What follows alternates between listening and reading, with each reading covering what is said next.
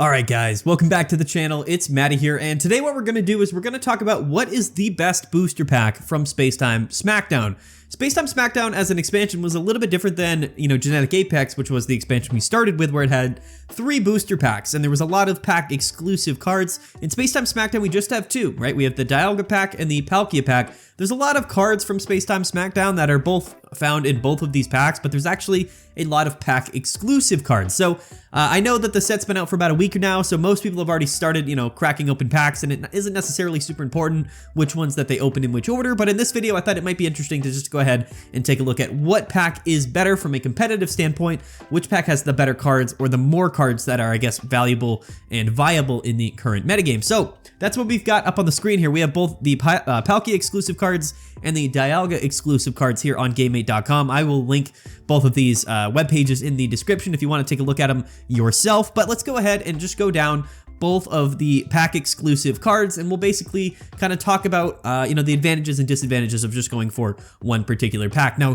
one thing to note as well is that, like in previous sets, we can actually trade cards for Genetic Apex and Mythical Island. We can trade cards. They're allowed to be traded in the new trade function in the game, even though it's not a great functionality. Whereas Space-time Smackdown cards, we cannot trade. No matter how poorly the trade system is, we just can't even use it for Space-time Smackdown. So we got to keep that in mind. Also, the other thing to note before we get into this is that the mini set, basically A2A, the equivalent of Mythical Island for Space-time Smackdown, is actually releasing at the end of February. So we really only have about 3 weeks until that new booster pack comes out. It's probably going to be just a single booster pack like we saw with Mythical Island, but the time until this pack comes out is actually a lot shorter than it was for Mythical Island and Space-time and Genetic Apex. So keep that in mind. Really only 3 or 4 weeks, I think, now until this new booster pack comes out. So things are going to change about the metagame a lot. But let's get right into it. And first of all, let's talk about the Dialga pack.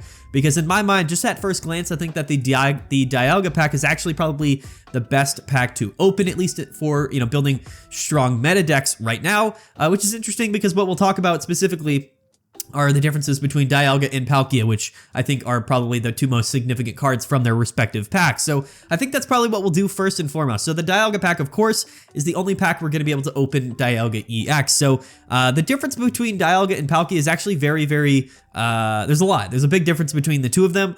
I know before the expansion came out, people were very high on Dialga. They thought that Dialga EX was going to be a very strong card. I was not necessarily super warm on Dialga before the set released, and now that we have all of the cards and we know what the metagame looks like, it kind of makes more sense to me why Dialga was never really the strongest card out of the two. The thing with Dialga is that it's just a little bit too slow. I don't think it's inherently a bad card. I've talked about it extensively. Metallic Turbo is a good attack. Unfortunately, though, it's 2 energies to use this attack cost and only does 30 damage.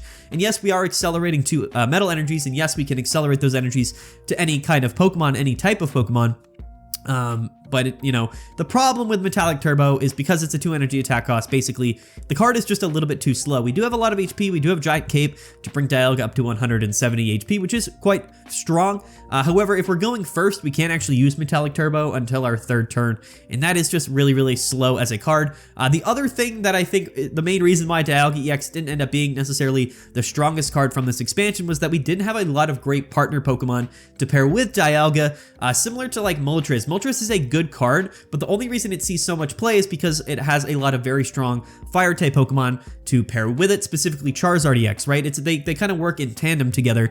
Neither card is exceptionally, great in the metagame, but when you pair them together, they are a very volatile combination. Dialga doesn't really have a great partner yet. Of course, we do have things like Melmetal, and we have the new Yanmega EX, which has colorless energy and its attack cost, and we have Mew EX, all good Pokemon to pair with Dialga, but we don't have like a metal type, Charizard EX or something really strong that we can pair Dialga with. In the future, when we do get a card like that, which we will eventually, Dialga will be extremely strong. So I think in the long game, I think Dialga might be a little bit better in the metagame, again, in the future, looking forward, than Palkia will end up being. We'll have to see. That could be a pretty interesting statement. It might not age very well, but I do think Dialga has a lot of potential. Like I said, I just don't think that the way that the meta has formulated right now, Dialga is a better card. Whereas if we take a look at Palkia, and again, I know we talked about these cards extensively. Palkia has so much support because it's a water type card. It's also a basic water type EX Pokemon. The attack does a lot of damage, and we also are a fast-paced attacker doing 30 damage for 1 energy, Manaphy here, which is a Palkia exclusive card here. So basically one of the biggest aspects of Palkia and the reasons why it's such a strong card in this format is because of Oceanic Gift Manaphy, which is an exclusive card to the Palkia pack. I think that this, in my mind, is actually the strongest, I guess, debate whether the Palkia pack is better. If you are really apt or wanting to play the Palkia engine with Oceanic Gift and the new Vaporeon from Mythical Island, then yes, I would say, open up the Palkia pack. But other than that, we'll have to see. I don't think there's too many good cards. But overall, I think that Palkia in the metagame right now, because Oceanic Gift Manaphy is such a strong card, that it's actually one of the strongest decks in the game right now. So that kind of boosts up the Palkia pack pretty significantly as opposed to the Dialga pack in terms of if we're just looking at the, the flagship cards, right? Dialga and Palkia. The other elephant in the room here, of course, is that if you, the number one decision you should be choosing whether which pack you want to open should really come down to, do you want to fill out your collection? Which cards are you missing from either set if you are trying to complete the set? But also, what decks do you want to play? It's not necessarily, I guess, always about what the strongest decks are, even though that's kind of what this video is going to be about. Really, it's just kind of whatever you would like to open, right? I mean, it's going to come down to preference no matter what. So definitely keep that in mind. But if we're talking purely from, a metagame perspective and an overall strength perspective, I think that we're going to, get down to the bottom of things right now. I think that we've had enough time in this format. We've seen enough of the new cards and how they all operate to really get a significant understanding of what the strongest cards are, and therefore we can kind of determine what the strongest packs are. But I just wanted to go ahead and start off with Dialga and Palkia themselves and talk about those cards, respectively. So there's a lot of exclusive cards from each of the sets here as I scroll through. A lot of these cards aren't necessarily very relevant, so we got to kind of keep that in mind. There isn't a lot of these Pokemon that we're going to talk about. There's really just a select few. I guess we'll start off here in the Dialga pack. Here is what we're looking at here. We're going to talk about Yanmega EX. So appropriately, Yanmega is in the Dialga pack. I think that this is a really good choice. Like I said, the best way to play Dialga EX right now, I think, is with Yanmega and maybe Mew EX as well as kind of an anti-meta pick. I think that Yanmega is a pretty consistent card. It's a very decent card, but it's also a grass type card, which is, again, hitting for weakness on some of those strongest cards in the format right now, being Darkrai decks and even Weavile decks, which are also still pretty popular right now. Grass in general, just a really, really good type, I think, into this format, and Yanmega is a good card, and it also pairs really well with Dialga. So I think that it's pretty cool, at least, that they put Yanmega in the same pack as Dialga, but I do think that Yanmega is a very consistent card. If you have Executor EX as well, even if you don't pull those Dialgas, you can pair Yanmega with Executor. That's still a very strong grass type deck if you wanted to play a grass deck other than maybe just the classic Celebi deck. So Yanmega is a really good card, and like I said, it pairs well with Dialga, so it's pretty relevant. It's a pretty relevant inclusion here in the Dialga pack.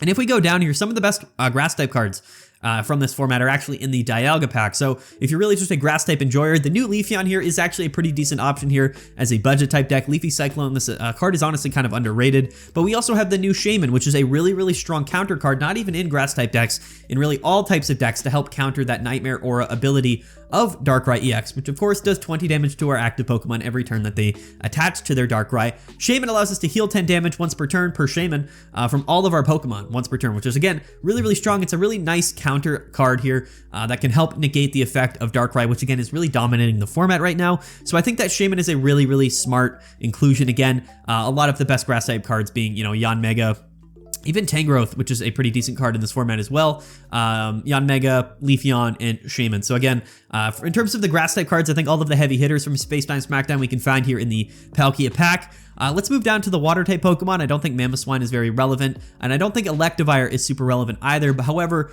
Luxray and Pachirisu are both really, really strong Electro-type cards that can be found in the Dialga pack. So this is, again, pretty important. I think that Pachirisu is actually going to end up being one of the strongest decks in this format. It's just very consistent. It's very similar to Pikachu, whether you're playing just the straight Pachirisu 18 trainer deck, or if you're playing a Pikachu EX deck focused around Pikachu. You can also include Pachirisu EX and Zapdos and Dawn. There's a lot of iterations or I guess different ways to play these Electro-type decks right now. Pachirisu is just going to be a pretty mainstay unless it gets kind of power crept later in Pokemon Pocket's lifestyle cycle. I think that Pachirisu is a really good card in this format. And again, another really, really great inclusion here to be played in or found in the Dialga packs. And like I said, I mean, Pikachu wasn't the most played deck in this first week of competition. We'll have to see how things formulate and change over the weekend with these big tournaments that we're going to be seeing. Again, tune into the meta report Monday and the tier list on Tuesday to stay up to date on all the best meta decks. But I do expect to see electric decks, whether that's Pikachu, Zapdos, or Pachirisu, becoming pretty relevant, honestly, as the format goes on. I think they're a lot stronger than people give them credit for. And Luxray in general is just a really strong card that's a little bit more niche. You have to build around it, which makes it maybe a little bit less popular, I guess, in the current metagame, but it is a very strong card, and it does have potential. We could possibly see Luxray decks actually placing pretty decently and consistently later in the format. But as far as non-EX Electro-type Pokemon go, I would say Luxray is probably our best option here of the set, other than Magnezone, which isn't an exclusive card. I guess to note, people might be wondering, what about like Magnezone? Magnezone you can actually find in either pack. It's probably one of the most played cards from Space-time Smackdown right now, if not the most played card. And yes, it is found in both booster packs, so I just probably wanted to mention that as well. But yeah, Luxray and Pachirisu are very, very strong cards.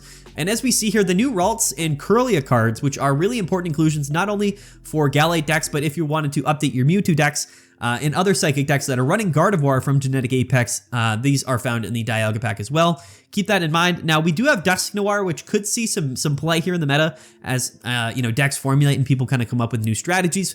It is apparently a very strong card, even though it is a Stage 2 Pokemon. It is Psychic type, so we do have some Psychic support in Mythical Slab. We also have Pokemon Communications now, so Dusknoir, not really seeing a lot of play in the format, at least at the moment, but I do think that it is a strong card, and like I said, it is found in the Dialga pack. When we get into the fighting type Pokemon, we see that Rampardos here is in the Dialga pack. This is really a pretty significant, as well as Lucario and Gallade. So a lot of the, I guess, the fighting type heavy hitters of this expansion can be found here, like I said, in the Dialga pack. In fact, I think these are kind of the big three from this expansion as far as fighting decks go. Again, I think that Gallade hasn't seen a ton of play, but it could certainly be a pretty prominent card in the metagame as time goes on. But Lucario going to be a staple in most fighting decks as time goes on as well. And Rampardos actually got a top finish at this last weekend's tournament. I don't know if Rampardos will really stick around, but it is one of the strongest new fighting type cards as well. Really, all three of the heavy hitters in terms of fighting cards from Space-time Smackdown we can be found here in the Dialga pack. Let's see here. In terms of dark type cards go, so this is kind of interesting. So we'll talk about dark because it's a point that I wanted to hit on pretty extensively in this video. There's really two significant dark type cards that came out in Space-time Smackdown, one being Darkrai EX and the other being Weavile EX. I think a lot of people, including myself at least, thought that the main way we would be playing Darkrai EX was with Weavile, and it was a little bit disappointing that they were found in separate packs. However, what we've seen now is that Weavile decks aren't necessarily as good as all of the other Darkrai decks that aren't playing Weavile. So it's actually a really interesting interaction the way that the meta has developed. I think the best ways to play Darkrai, as it turns out, is just with Druddigon and then other Pokemon to pair with it, whether that's Magnezone or Greninja. I think that those are going to be the strongest ways that you can play Darkrai. And this is actually a really, really valuable point. Again, if we're talking about value in which packs have the most value, Darkrai EX, I think by far is the most common card, or I guess the most popular meta card right now from Space-time Smackdown, and it is found in the Dialga pack. And in fact, we don't actually have to pair it with Weavile, which means that we're getting a lot of extra value just by opening those Dialga packs and trying to open those Darkrai EXs, because like I said, we don't even need Weavile for these Darkrai decks. I think that's something really important to talk about. Of course, if you wanted to play Darkrai Weavile, then you're gonna have to open both packs, but I think comparing Weavile to Darkrai, a very stark difference in which card is better in the format right now. Darkrai, one of the best cards in Pokemon Pocket. And again, probably the best card from the expansion, and the best card by far, I think, in the Dialga pack. So important to note, none of these other dark type cards are extremely relevant. Honchkrow could see play, I don't know. But for the most part, Darkrai EX kind of being the #1 card here makes this Dialga pack much, much, much better. So it's interesting to note, like I said, how Dialga isn't as good of a card as Palkia in the metagame right now, but a lot of the other cards that aren't Dialga are in fact really, really good in the metagame. So if you're opening Dialga packs, and if you're trying to build meta decks, it might be worthwhile opening Dialga, even if Dialga isn't the card, or I guess the deck that is dominating the metagame right now. And as we go down here again, we don't have the Bastiodon Steel type card in the Dialga pack that is going to be in the Palkia pack. And none of these other Metal type cards have really seen a lot of play. Like I said, they're all pretty underwhelming. Heatran, Bronzong, cards that aren't necessarily that great. Registeel, they are not seeing any play. And like I said, Dialga is seeing some play alongside Yanmega EX and Mew EX. But Bastiodon with Skarmory, which are actually two Steel type cards that I think are even perhaps better than Dialga EX in some ways, can be found in the Palkia pack, which we'll take a look at soon. Going into the colorless Pokemon, nothing really substantial here. The Bidoof here is pretty interesting with Super Fang. It hasn't seen a lot of play yet, but it is a relatively strong card. And then we have Lopunny and Baneri, again, cards that haven't really seen a whole lot of play, at least at the moment.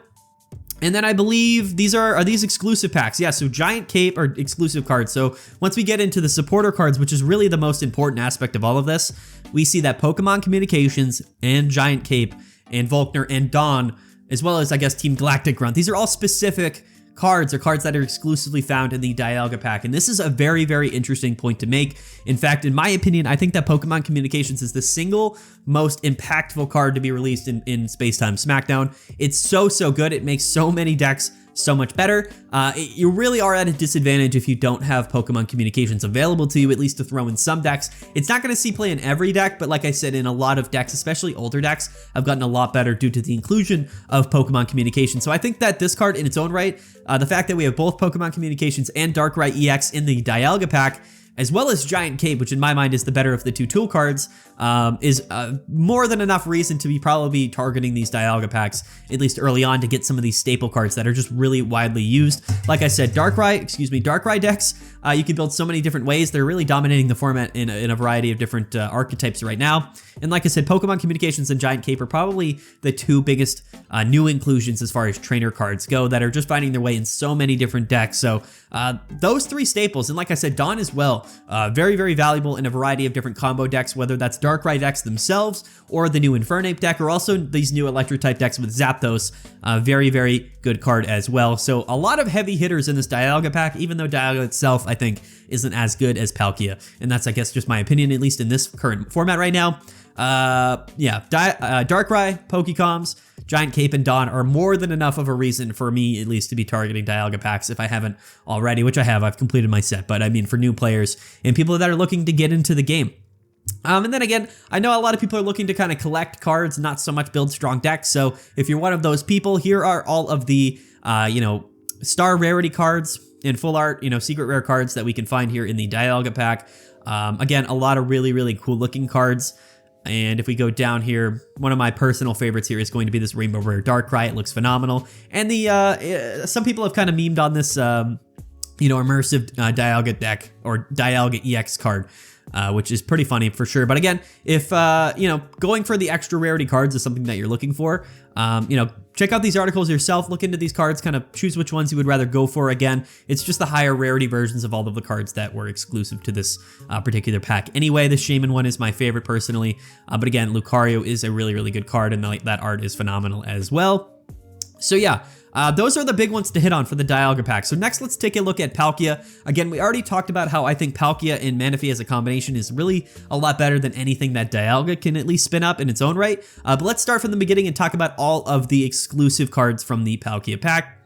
I do think that Palkia is one of the strongest new archetypes in the game, one of the new strongest cards when you pair it with Manaphy and Oceanic Gift. So if you really wanted to, be a water type Pokemon trainer, if you wanted to build those water type decks, you're going to be kind of forced to open the Palkia pack because you need those Manaphies, you need Palkia. They're extremely strong in the format. But other than those two cards in that particular combo, let's take a look at what else are in the set here. Torterra hasn't really seen any play. None of these grass type cards have really seen play in their own right. Neither has Magmortar. If we go down, we do have Infernape EX. So as we've seen in our meta report video and in our tier list, Infernape EX really hasn't seen a lot of play. Again, it kind of fell to the wayside of things like Charizard EX, which actually kind of dominated the top tables and top cut of these last, Ursa Days tournament of this past weekend. So something important to take a look at, I guess, that Infernape is a really cool card. I know some people really like it, but as far as fire type decks go, fire isn't necessarily at the top of the metagame right now because water is so popular. But like I said, if you're playing a fire type deck, I think by far you probably are going to want to play Charizard.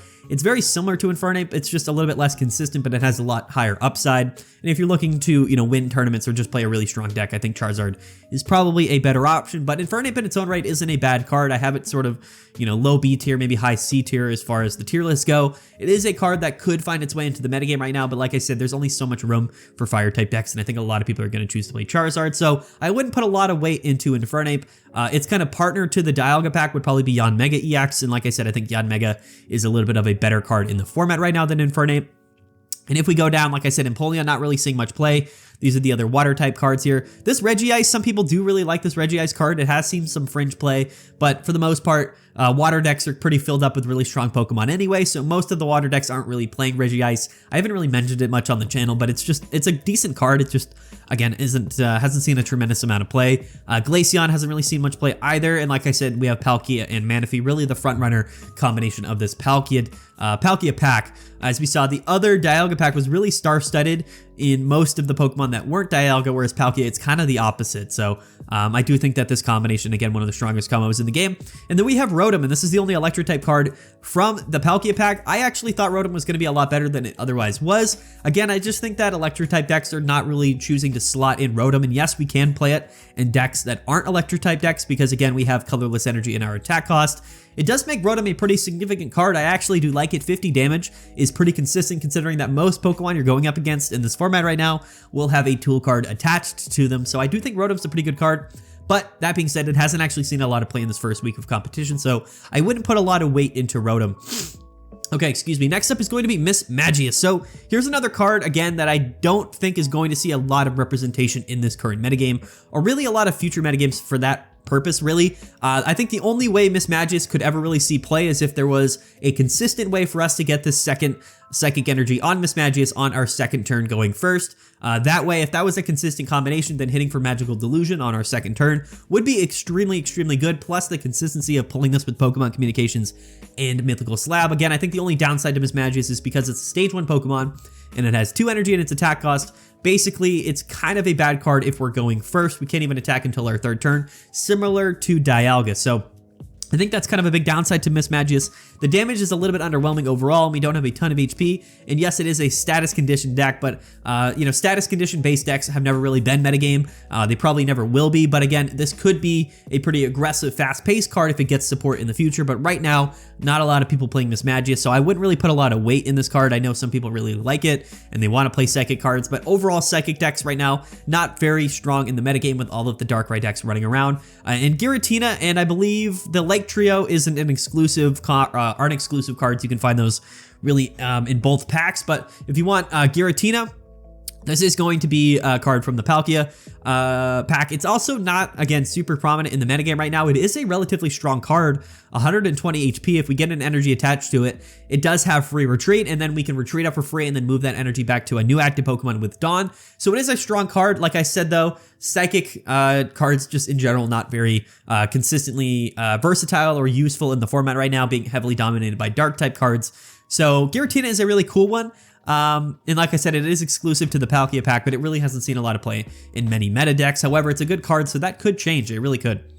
And if we go down here, so Rhyperior, again, another holo that hasn't really seen any play. Neither has Hippowdon. And if we go down here to the Dark-type cards, we have Weavile, EX, and Spiritomb. So like I said before, one of the prominent Dark-type decks right now is Darkrai and Weavile combined. However, I think that specific deck is kind of falling out of favor a little bit because it is entirely weak to Grass, and Grass-type decks are actually becoming pretty strong in the metagame right now, whether that's Yanmega or Executor or Celebi. So being entirely weak to Grass isn't really great. Spiritomb is a good card. You can play it in really any deck. It pairs really well with Cyrus, which I do believe is also an exclusive card to the Palkia pack. But overall, if I had to compare Weavile EX to Darkrai EX, it's not really a comparison. I think that Darkrai is much, much stronger in terms of, its versatility and how many decks are playing Darkrai as to how many decks are playing Weavile. Without Darkrai, Weavile isn't necessarily that useful right now.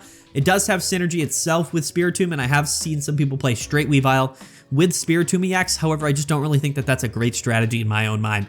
Weavile, not nearly as strong of a card in a vacuum as Darkrai is, and we've kind of seen that as the format goes on. So if we're talking about the new Dark-type cards, I definitely think that the Dialga deck has the advantage just by having Darkrai included. But like I said, if you wanted to build this pure Weavile, Darkrai, and Spiritomb deck, you're going to have to open both packs. But as far as value, I would say Palkia definitely takes the cake here in terms of the Dark-type cards, because like I said, Weavile and Spiritomb really aren't that useful or haven't seen that much play without Dialga anyway, or not without Darkrai anyway. So keep that in mind. I think that the Dialga pack definitely wins this particular Dark-type race here. And then if we go down, okay, so Skarmory is not actually Palkia exclusive. I wasn't positive here. It seems to be openable in both packs. It's also an available card from the new promo event, the Cresselia promo event, which is in neither of these packs as well. you're gonna have to open that card from this this promo event, which I have not been able to do yet, unfortunately, but that's beside the point. So yes, Skarmory we can get from both cards. In fact, I think Skarmory is the best metal type card from the set. We're not going to talk about it in this video because it's not an exclusive, but one of the cards that we pair with Skarmory in that deck is Bastiodon, and I do think that Bastiodon is actually a relatively strong card here. And it pairs really well with Skarmory. And the other one here is the Steel-type Wormadam, which is actually low-key one of the strongest Metal-type cards in the game right now. It does a tremendous amount of damage. It's a little bit RNG-based. It's a little bit coin flip-based. But that being said, if you wanted to play a budget deck or if you wanted to play an alternate Metal-type deck, Wormadam is actually a really, really strong card, and so is Bastiodon. So these are kind of sleeper picks. But like I said, I think Dialga with Yanmega and UEX might be a little bit more prevalent than the Skarmory decks, but if we're playing Skarmory, Bastiodon and Wormadam are both really good inclusions to those decks as well. And as we see, the only, Dragon type card from this expansion, Garchomp, is in the Palkia pack, so this could be a big seller for a lot of people that really like Garchomp or want to play Garchomp decks. It's seen kind of fringe play. It's kind of fringe meta right now, and I think that I don't know if it really will ever become top tier metagame. It does pair really well in mana feed decks. It's just an overall good card. It's a little bit more consistent now with Pokemon Communications. I think that it has potential. Cynthia, which is, I think, an exclusive to the Palkia pack, or maybe not. Maybe it's, let me go down here. Is it? Yeah, so Cynthia's in this pack. That makes sense with Garchomp. So if you wanted that Garchomp Cynthia package, then of course it's going to be in the Palkia pack. And I think if we go up here, were we missing? Oh no, Togekiss must be in both packs. Okay. So Togekiss also works with Cynthia, and I believe that's a non-exclusive Pokemon from this expansion as well. So yeah, Garchomp, it's kind of a selling point, I think, for the Palkia pack, but in the metagame right now, not super prominent, kind of seeing fringe play, like I said before. And then as far as the colorless Pokemon go, I do think that the Palkia pack has some pretty strong inclusions. I don't think any of these colorless Pokemon have seen a ton of play, but we do have Licky Licky EX, and we do have Porygon Z. So I still think that Dialga with Licky Licky could be a really, really strong deck. That's just my opinion. I will have to see if that's really, how people end up playing Dialga EX. I'd be really interested to see what this new week of competition looks like and how things evolve if Licky Licky sees more play.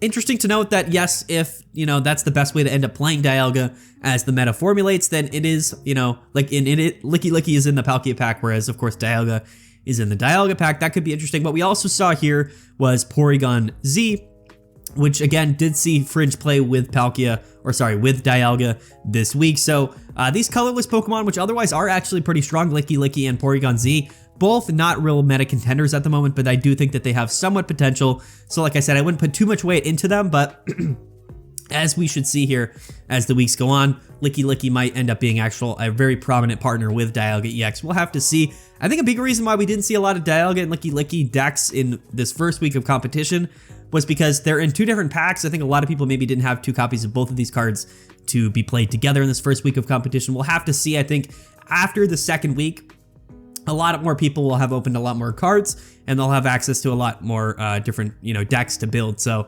that's a big reason why I think the meta formulates and changes so much as time goes on. Okay, yeah, and like I said, Porygon Z, it's a pretty interesting card, but I don't really think it's going to see like a tremendous amount of play. Staraptor also hasn't seen that much play either. Neither has Purugly, and neither has Chatot, and of course we have Armor Fossil to pair with Bastiodon. Okay, so that's really it. We're going to get into the trainer cards now, but like I said, in terms of just the Pokemon, the Dialga pack, I think, definitely has a significant advantage. Really, the only upside to the Palkia pack from a Pokemon perspective really is going to be that Palkia and Manaphy combination. I think mostly all of the other alternate cards that are in the Dialga pack are actually a lot stronger and a lot more prevalent in the metagame right now. And even though I said Palkia was stronger than Dialga, Dialga with Yanmega EX is actually a pretty prominent deck in this current metagame, so you got to keep that in mind as well. For trainer cards that are in the Palkia set, we have Rocky Helmet and Lumberry. I don't think either of these cards are as good as Giant Cape, and they don't see as much play as Giant Cape, but Rocky Helmet is significantly, definitely really good. I think it's actually underrated currently in this format. We'll have to see if it sees more play. Excuse me, man, as time goes on. My throat is sore. I'm still sick. I apologize. And then Lumberry, again, it's sort of a niche card, hasn't seen too much play, but again, maybe it will in the future, I don't know. It's probably going to be worth to get two copies of it either way. And then in terms of the supporter cards, really nothing as significant. I mean, we do have Cyrus, which again is probably, very significant if we actually think about it. It's one of the best new cards from Space-time Smackdown. It's right up there with Pokemon Communications in terms of, the most meta-defining cards that came out in this expansion. So I think Cyrus is really, really important. It is a bit unfortunate, like even if you didn't want anything else from the Palkia pack, you are gonna have to open these packs so that you can get your 2 copies of Cyrus, because there are so many decks where Cyrus is so good in. So that is, I guess, a downside in terms of, you know, people that didn't really necessarily want to go for the Palkia packs. Cyrus really is a staple. You're gonna need 2 copies of it for a lot of your decks. So that is kind of the one card that we might want to go for. And like I said, Cynthia is good, but it's really niche. If we're not playing Togekiss or Garchomp, we don't really need Cynthias. And same with Mars. Mars is, again, a card that's seen a little bit of fringe play, but I don't think it's really going to ever see prominent play in the format right now. Hand Disruption just isn't good enough in Pokemon Pocket. It's not like the official card game. People aren't really stacking cards in their hands, and games don't go very long. So similar to Red Card, Mars just isn't really effective, at least in the current metagame. And then we go into like all the alternate art cards. And again, you know, link will be down in the description if you want to look through all of these yourself. I do think that the Palkia Immersive card is a better looking card in my opinion. But yeah, so that's kind of the breakdown. I wonder if this video was actually helpful to a lot of people. I know right now, you know, people can kind of make the inference themselves about, you know, what cards that they want to go for, what decks they want to build, and which packs they should be opening. But if we're going to make a video talking about what pack is better, right, from a competitive standpoint, I know some people made these videos like right when the set released it, and I'm sure those videos got a lot of views at the beginning of the format, but the thing is that we really didn't know what the best cards were going to be, you know, what the metagame was going to look like, and really what the best strategies were until, you know, we had some time. It's been almost 2 weeks now of this new format and of us playing with the new cards, so at this point we have a really good idea of what the best cards from Space-time Smackdown are. So in my mind, it made a little bit more sense to make this video a little bit later into the set's release, so that way we could have, you know, some proper retrospective as to what the best pack was. And if you want my final answer here, I definitely think the Dialga pack is much, much better. I think the Palkia pack does have some strong sides, but for the most part, I think really the only reason I would target this Palkia pack is for the Palkia EX and Manaphy combination, or if we go all the way down, if we wanted to play Weavile EX, but again, it's not even the best way to play dark decks at the moment right now. Garchomp is kind of a niche pick, but again, nothing really super useful other than, you know, Palkia, Manaphy, and Cyrus, which are strong cards, but in general, when we compare it to the Dialga pack, which has a ton of really, really meta-defining cards right now, like Yanmega EX, if we keep going down, like Pachirisu and Luxray, like the new Ralts and Curlia cards, which are upgrades to those Gardevoir and Gallade decks. We even have, you know, Rampardos, Lucario, and Gallade, all of the best fighting type cards. We have not only that, but we also have Darkrai EX, which is perhaps the single best Pokemon card from this expansion. We have Dialga, we have Pokemon Communications, we have Giant Cape, and we have Dawn. These are all absolutely crucial cards to the metagame right now. Again, things might change as time goes on, but at least what we've seen in the first couple weeks here, all of these cards that I just mentioned in the Dialga pack are exceptionally good and are very prevalent in the metagame, whereas Palkia doesn't really have a lot of that. Things like Infernape, like Garchomp, like Mismagius, they're just not necessarily super relevant in the metagame right now. Licky. Things could change. Like I said, I mean, we don't know, right? I mean, we'll have to see. These are all of the non-exclusive cards. I guess before we end the video, we'll talk about some of the really substantial non-exclusive cards. Not that it really matters, but Magnezone is the big one. This might be actually the most commonly played card from this expansion. It's just so good paired with the old Magneton from Genetic Apex, but that's its own right. I mean, this card is really useful, but the only reason Magnezone is useful is from a Magneton card, a different version than this that we got from Genetic Apex. So if you don't have that Magneton, you're kind of in a tough spot, and Magnezone's not actually going to be that useful for you. But Togekiss as well, the Lake Trio, another fringe archetype. If we keep going down, Skarmory is another big inclusion as well. That's a non-pack exclusive card. And if we go down even further, I believe... Oh no, that's it. We don't have any exclusive trainer cards. So that's interesting as well. So yeah, most of the non-exclusive cards aren't particularly super relevant. I think Magnezone and Skarmory are kind of the big ones. That's kind of my opinion, but also the Lake Trio cards. But yeah, I would say Dialga definitely takes the win here, at least at this point in the format. I don't think things are going to change so drastically that my decisions and my opinions on these packs change. Again, when the next expansion comes out, you know, old cards that weren't as good become better. Things like Dialga, you know, we'll have to see how that all kind of works out. Like I said, Mismagius could be really relevant as time goes on. Infernape could get better. Dialga could get better. But I think for the most part, at least in the next 3 weeks, as the format is as it is right now, I think that this Dialga pack has a lot more stronger cards. So anyway, we're going to wrap up this video. I know this was a little bit different. We're not talking about any decks. We're not doing anything like that. Again, You know, but I wanted to at least make something about this. I've been wanting to talk about this for a little while now. And I guess this kind of was the best time to do it until the weekend comes up. And again, we get our new meta update for this week, and we talk about all of the new decks, which I'm really excited about. But yeah, I think by far and away, honestly, the Dialga pack is the better pack. In fact, I don't even think they did that good of a job balancing the packs, in my opinion. I think Palkia is strong, but other than that, I would almost rather open the Dialga pack in every single aspect of things. So yeah, anyway, hopefully this video was useful to you guys. I would love to hear your guys' opinions. Comment below. Again, these are mostly my opinions, but we've, you know, been categorizing all of the data over the last week and a half about the metagame, about the best decks, and that's kind of where I'm, you know, how I'm formulating my opinions here for this video. But anyway, guys, peace out. Have a good one. Thank you guys so much for watching. Don't forget to like and subscribe if you haven't already.